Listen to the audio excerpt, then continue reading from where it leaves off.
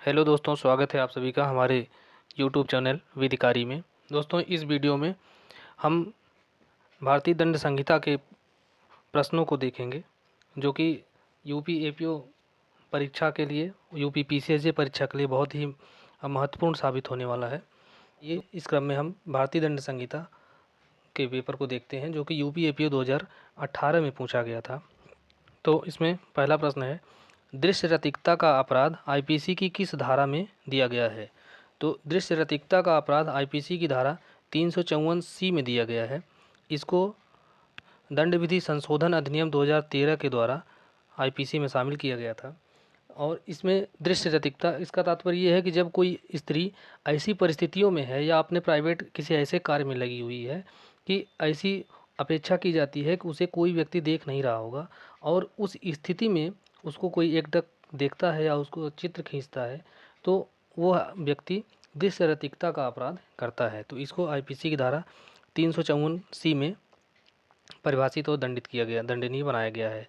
Next का एक बड़ा है और उसमें से कुछ आभूषण चुराने का प्रयास करता है।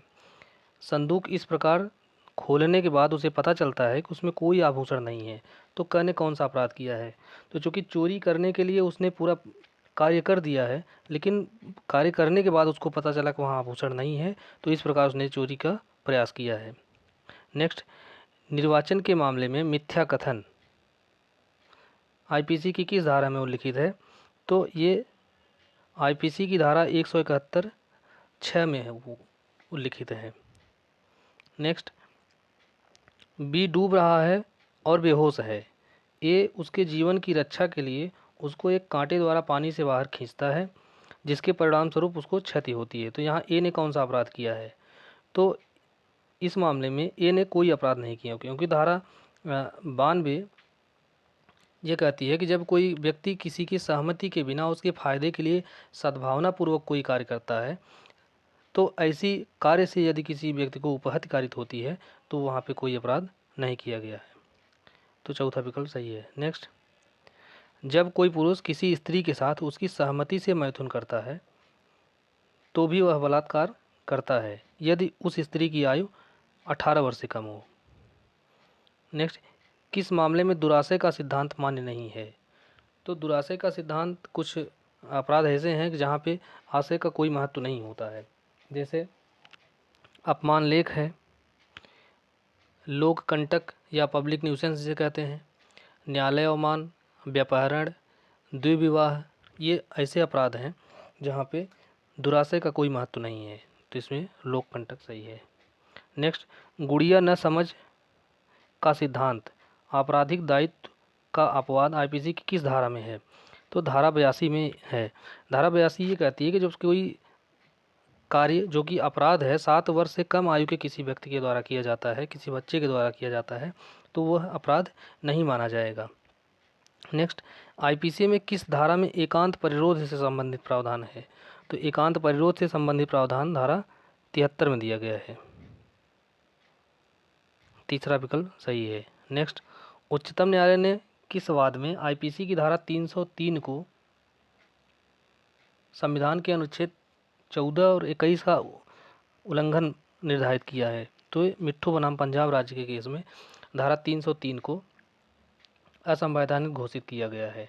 303 में यह प्रावधान है कि जब कोई आजीवन कारावास का सजा भोग रहा व्यक्ति हत्या करता है तो उसे मृत्युदंड दिया जाएगा, जबकि धारा 302 जो कि हत्या का दंड का प्रावधान करती है, उसमें यह है कि जब हत्या के लिए जो सज़ा होगी वो मृत्युदंड या आजीवन कारावास होगी, लेकिन 303 में वो केवल हत्या, जब आजीवन कारावास की सज़ा जो भुगत रहे व्यक्ति के द्वारा हत्या की जाती है तो वहाँ उसे केवल मृत्युदंड दिया जाता है। मिट्ठू बनाम पंजाब राज्य के केस में असंवैधानिक घोषित कर दिया गया है। नेक्स्ट, एक पुलिस अधिकारी बी को उत्प्रेरित करने के लिए यातना देता है ताकि वह स्वीकार कर ले कि उसने अपराध किया है। अ ने आईपीसी की किस धारा के अंतर्गत अपराध किया है? तो अ ने धारा 330 के अधीन अपराध किया है। नेक्स्ट, भारतीय दंड संहिता की निम्नलिखित में से किस धारा के अंतर्गत लोग मार्ग पर तेजी से और लापरवाही से वाहन चलाना अपराध है? तो ये अपराध है धारा 279 के अंतर्गत। नेक्स्ट, क को एक मूल्यवान अंगूठी पड़ी मिलती है। वह नहीं जानता है कि वह किसकी है। क उसके स्वामी को खोज निकालने का प्रयास किए बिना उसे तुरंत बेच देता है। तो क ने कौन सा अपराध किया है? तो चूँकि उस अंगूठी पड़ी जो मिली है उसके स्वामी का पता लगाए बिना वो उसको अपने लिए यूज कर लेता है, अपने लिए उसका उपयोग कर लेता है, इसलिए उसने आपराधिक दुर्विनियोग किया है संपत्ति का। नेक्स्ट, निम्नलिखित में से कौन सा अनवरत अपराध है? तो जो अपहरण का अपराध है वो अनवरत अपराध इसलिए कहा जाता है कि जबकि किसी व्यक्ति को उसकी इच्छा के बिना बलपूर्वक एक स्थान से दूसरे स्थान पे ले जाया जाता है या हटाया जाता है तो वो कार्य अपहरण का होता है। तो अपहरण सामान्यतया वयस्क व्यक्तियों का होता है और वो जब उसे एक स्थान से दूसरे स्थान ले गया तो एक बार उसका अपहरण हुआ, दूसरे से तीसरे स्थान ले गया तो वो फिर से अपहरण किया गया। इस प्रकार से यह एक अनवरत अपराध होता है। जबकि जो व्यापहरण होता है वो विधिपूर्ण संरक्षकता में से व्यापहरण होता है। तो जब ये उसके लीगल गार्जियनशिप से बाहर ले जाया गया, एक बार ले जाया गया तो वो अपराध पूरा हो गया। अब उसको चाहे और कई जगहों पे ले जाया जाए तो तब भी वो किडनैपिंग ही मानी जाएगी। लेकिन अपहरण के मामले में ऐसा नहीं है। अपहरण जितनी बार उसको एक स्थान से दूसरे स्थान पर ले जाया जाएगा उतनी बार यह अपराध कारित होता रहता है। नेक्स्ट, सुमेलित कीजिए। आपराधिक मानववध का प्रयत्न। तो आपराधिक मानववध का प्रयत्न धारा 308 में है। आत्महत्या का प्रयास धारा 309 में है। हमला धारा 351 में और अपहरण धारा 362 में। इस प्रकार 3, 4, 1, 2 चौथा ऑप्शन सही है। Next, director of public prosecution बनाम बीजेड का मामला किससे संबंधित है? तो ये मत्तता से संबंधित है, मत्तता या नशे की स्थिति से संबंधित है। नेक्स्ट, कथन ए, विधि के समादेशों के अनुवर्तन में अपने वरिष्ठ अधिकारी के आदेश से एक सैनिक ए भीड़ पर गोली चलाता है। ए ने कोई अपराध नहीं किया। कारण, कोई बात अपराध नहीं है जो किसी ऐसे व्यक्ति द्वारा की जाए जो उसे करने के लिए विधि द्वारा बाध्य हो या विधि द्वारा आबद्ध हो। तो कथन भी सही है, कारण भी सही है, क्योंकि धारा 76 में ये बात कही गई है कि कोई अपने वरिष्ठ अधिकारी के आदेश से अगर कोई व्यक्ति किसी भीड़ पर गोली चलाता है तो उसका कार्य अपराध नहीं है, क्योंकि वह ऐसा करने के लिए विधि द्वारा बाध्य है। तो कथन और कारण दोनों सही है और हर एक ही सही व्याख्या भी है। नेक्स्ट, यदि कठोर कारावास की अवधि 6 माह से अधिक न हो तो एकांत परिरोध की अधिकतम अवधि कितनी होगी? तो एकांत परिरोध की अवधि के बारे में जो उपबंध है वो धारा 73 आईपीसी में किया गया है। इसके अनुसार यदि 6 माह तक का कारावास की सज़ा दी गई है तो एकांत कारावास 6 महीने पर 1 महीना का होगा, और 6 माह से अधिक किंतु 1 साल तक का अगर कारावास है तो वहाँ पे 2 माह का एकांत कारावास दिया जाएगा। यदि 1 वर्ष से अधिक का जो कारावास की सज़ा दी गई है तो उसको अधिकतम 3 महीने तक एकांत कारावास में रखा जाएगा। और यहाँ पूछा ये है कि यदि अवधि 6 माह से अधिक ना हो, तो 6 महीने से अधिक ना हो तो उसे 1 महीने का कारावास की सज़ा, एकांत कारावास की सज़ा दी जाएगी। नेक्स्ट, आईपीसी की निम्नलिखित में से किस धारा में हिकलिन का नियम संबंधित है? हिकलिन का नियम अश्लीलता से संबंधित है या नैतिकता से या शालीनता से संबंधित है। ये धारा 292 में है। नेक्स्ट, बलात्कार पीड़िता की पहचान का प्रकटीकरण किस धारा में दंडनीय है? धारा 228 का के अंतर्गत दंडनीय है। नेक्स्ट, उच्चतम न्यायालय ने नानक चंद बनाम पंजाब राज्य में आईपीसी की किन धाराओं के मध्य अंतर स्पष्ट किया है? तो नानक चंद बनाम पंजाब राज्य के केस में धारा 34 और 149 के बीच में अंतर स्पष्ट किया गया है। नेक्स्ट है आपराधिक विधि संशोधन अधिनियम 2018 कब लागू हुआ? तो यह 21 अप्रैल 2018 से लागू है। नेक्स्ट, आईपीसी का प्रारूप किसने तैयार किया?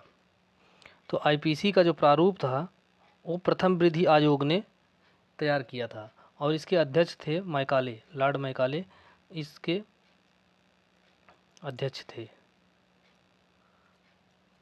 नेक्स्ट, निम्नलिखित में से कौन सा सही सुमेलित नहीं है? तो उद्यापन धारा 83 में है, सुमेलित है। डकैती धारा 391 में है। लूट 389 नहीं 390 में दी गई है। और चोरी 378 में है। तो तीसरा विकल्प सुमेलित नहीं है। नेक्स्ट, ए ने जेड की भूमि पर एक वृक्ष उसकी अनुमति के बिना काट डाला और जेड की जानकारी के बिना उसे उठा ले गया। तो इसने कौन सा अपराध किया? तो इसने चोरी का अपराध किया है। नेक्स्ट, मूल्यवान वस्तुओं की पेटी ले जाता एक बैल अ को मिलता है।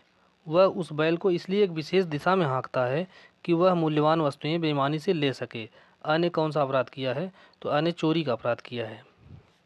नेक्स्ट, आईपीसी में डकैती के लिए तैयारी करना, डकैती की तैयारी किस धारा के अंतर्गत दंडनीय है? तो डकैती की तैयारी धारा 399 के अंतर्गत दंडनीय है। सामान्यतः किसी अपराध की तैयारी दंडनीय नहीं है, लेकिन भारतीय दंड संहिता में 3 ऐसे अपवाद मिलते हैं जहां पे तैयारी करना भी दंडनीय है। पहला है धारा 122 में। इसके अंतर्गत भारत सरकार के साथ युद्ध करने के आशय से जब कोई युद्ध सामग्री संग्रह करता है या भारत सरकार के विरुद्ध युद्ध की तैयारी करता है, तब वो धारा 122 के तहत दंडनीय है। धारा 126 के तहत भारत सरकार के साथ शांति संबंध रखने वाली राज्य क्षेत्र में लूटपाट की तैयारी करना, ये दंडनीय है। और धारा 399 में डकैती की तैयारी करना दंडनीय है। तो इस प्रकार से आईपीसी में 3 ऐसे अपराध हैं जिनकी तैयारी करना भी दंडनीय है।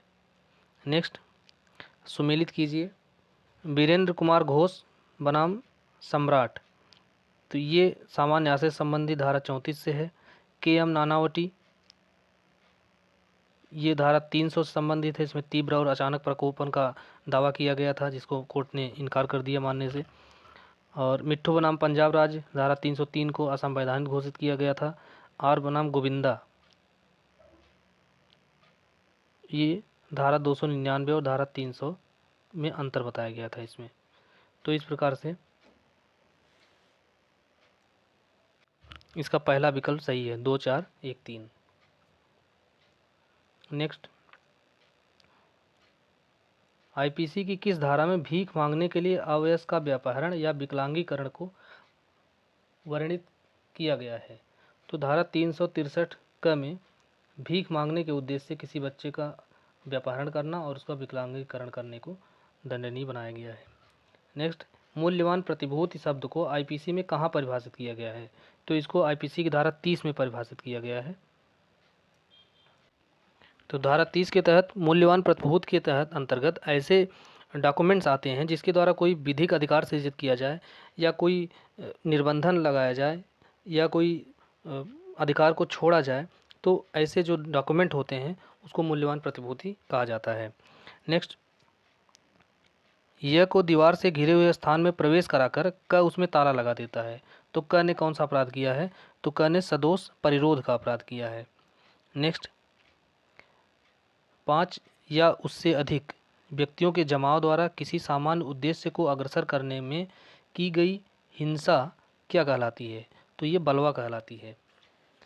नेक्स्ट, क अंशतः यह को भोजन देने का अवैध रूप से लोप करके और अंशतः यह को पीट कर शासय यह की मृत्यु कारित करता है। तो उसने कौन सा अपराध किया है? तो उसने हत्या का अपराध किया है। ऐसा आईपीसी की धारा 36 में इसके बारे में प्रावधान किया गया है। नेक्स्ट, महबूब शाह बनाम इम्परर का केस किससे संबंधित है? तो ये सामान्य आशय से संबंधित है। नेक्स्ट है सूची 1 को सूची 2 से सुमेलित करने के लिए धारा 81 आवश्यकता का नियम बताया गया है। 1 का 3, धारा 84 विकृत चित्त, 2 का पहला, धारा 86 मत्तता है, इसमें स्वैच्छिक मत्तता, जो स्वेच्छा से नशा करने के बाद कोई अपराध करता है तो धारा 86 के अंतर्गत आता है। तो 3 का चौथा हो गया। और धारा 95 हल्की अपहानि पहुंचाने का कार्य, तो 4 का दूसरा। तो 3142